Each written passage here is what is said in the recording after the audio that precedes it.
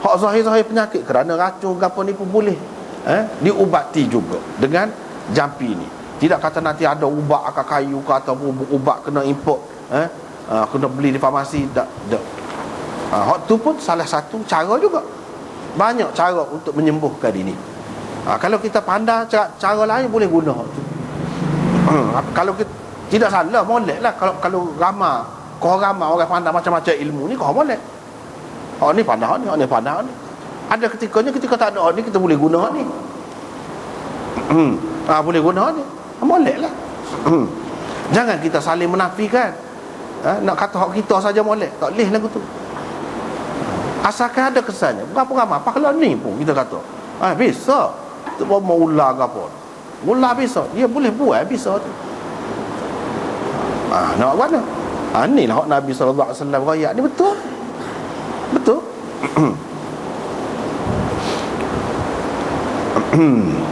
Hak kemukakan apa ni jampi tadi tu.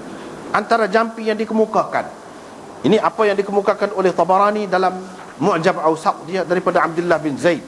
Dia kata gapo? Kami kemukakan kepada Rasulullah jampi kerana disengat binatang bisa. Fa'adhina lana fiha. Nabi SAW benarkan kepada kami untuk guna. Benar. Hak mana? Wa qala, dan Nabi SAW kata itu sebenarnya termasuk dalam perjanjian jin. Dalam riwayat yang lain, itu sebenarnya termasuk dalam perjanjian yang dibuat oleh Nabi Sulaiman dengan binatang-binatang bisa ni, suatu ketika dahulu. Ni hak jampi-jampi ni sebenarnya hakikatnya adalah perjanjian Nabi Sulaiman dengan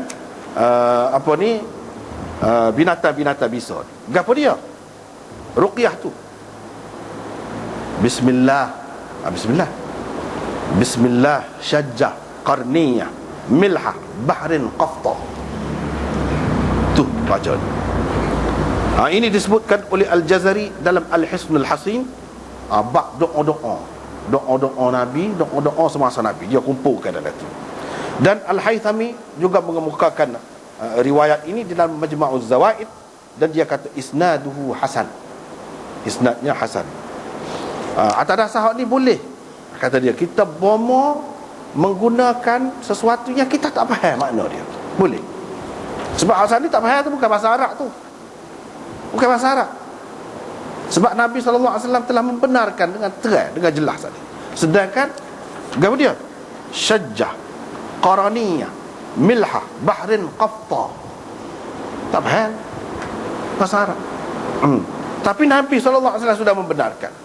Daripada sinilah ulama-ulama kata, termasuklah yang berkata begitu ialah Anwar Shah Kashmiri.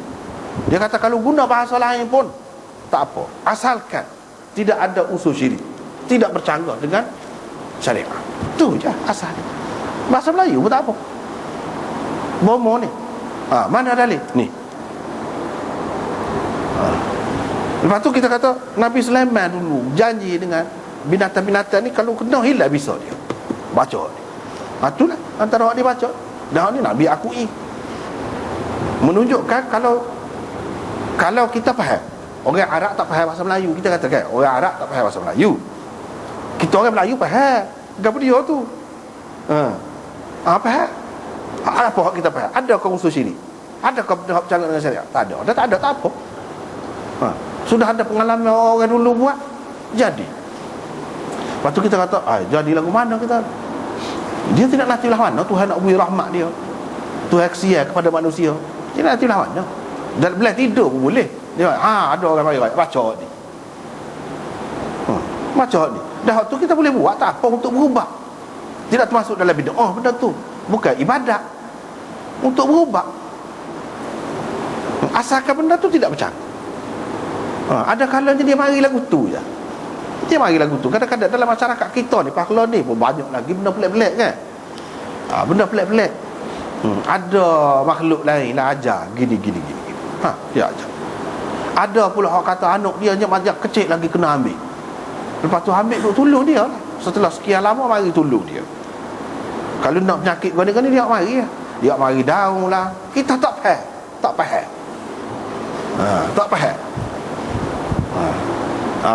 Ada benda-benda yang seumpama ni. Nak terima tak terima, benda ni ada. Tak saya terima pun tak apa, tapi ada.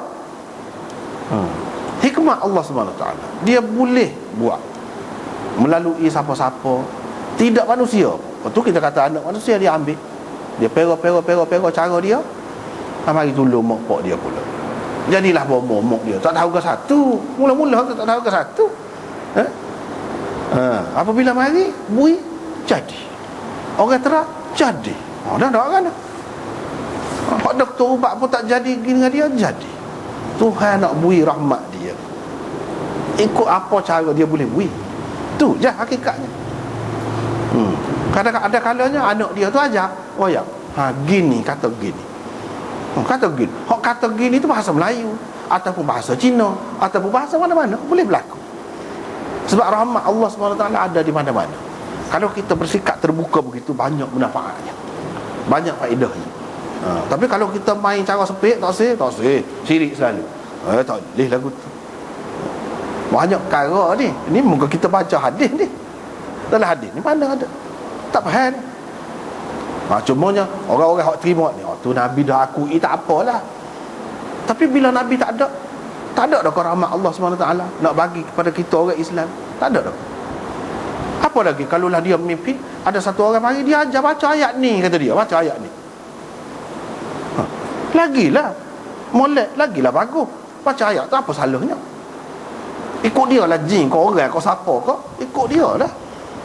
Dia suruh baca, bila baca jadi, dia baca lah. Tak apa hak tu, tidak daripada hadis Nabi pun, tidak Nabi ajar pun, dah jadi. Allah SWT nak jadi, dia jadi. Ada kalanya jadi sementara je, lepas tu tak jadi. Boleh jadi kan? Dia nak rayak kepada kita semuanya hak dia berlaku, hak dia berlaku. Supaya ubat lah, ubat pun lagu tu juga, ubat biasa. Sementara dia nak bui, lepas tu kalau dia tak jadi, kena cari ubat lain pula, lagu tu.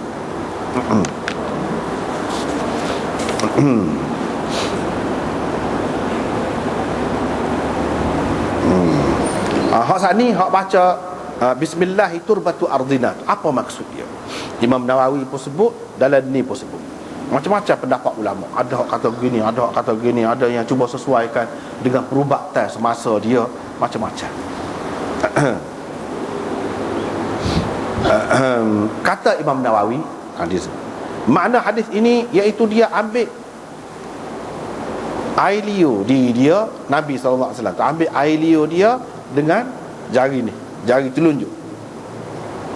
Lepas tu dia letak atas tanah. Bila letak atas tanah tu, lekatlah sikit tanah. Lepas tu dia pun ambil ni, dia sapu tempat yang sakit dengan ujung jari dia. Dia sapu. Dia sapu. Gitulah. Tapi kalau Tuhan nak boleh jadi. Supaya kadang-kadang hak bomo-bomo dia, hak hebat-hebat kita lemah tu, kadang-kadang kalau kita tahu hak dia baca, kita lemah. Benda tak nak sebelah mana, sikit je. Lepas tu dia sebut pula pendapat Qurtubi lah begitu gini. Ni pendapat dari segi perubatan lah, ia sesuai dengan zaman dia, tak apalah. Tetapi orang kritik Qurtubi tu kata tidak gitu. Sebenarnya hak ni termasuk dalam bab tabarruk, ambil berkat dengan nama Allah. Tidak semesti kita kena sesuaikan dia dengan mana-mana prinsip perubatan, tak perlu. Perubatan Yunani ke perubatan gapo ke. Sebabnya Tok Qurtubi sebut ni, dia ada kaitan dengan perubatan Yunani.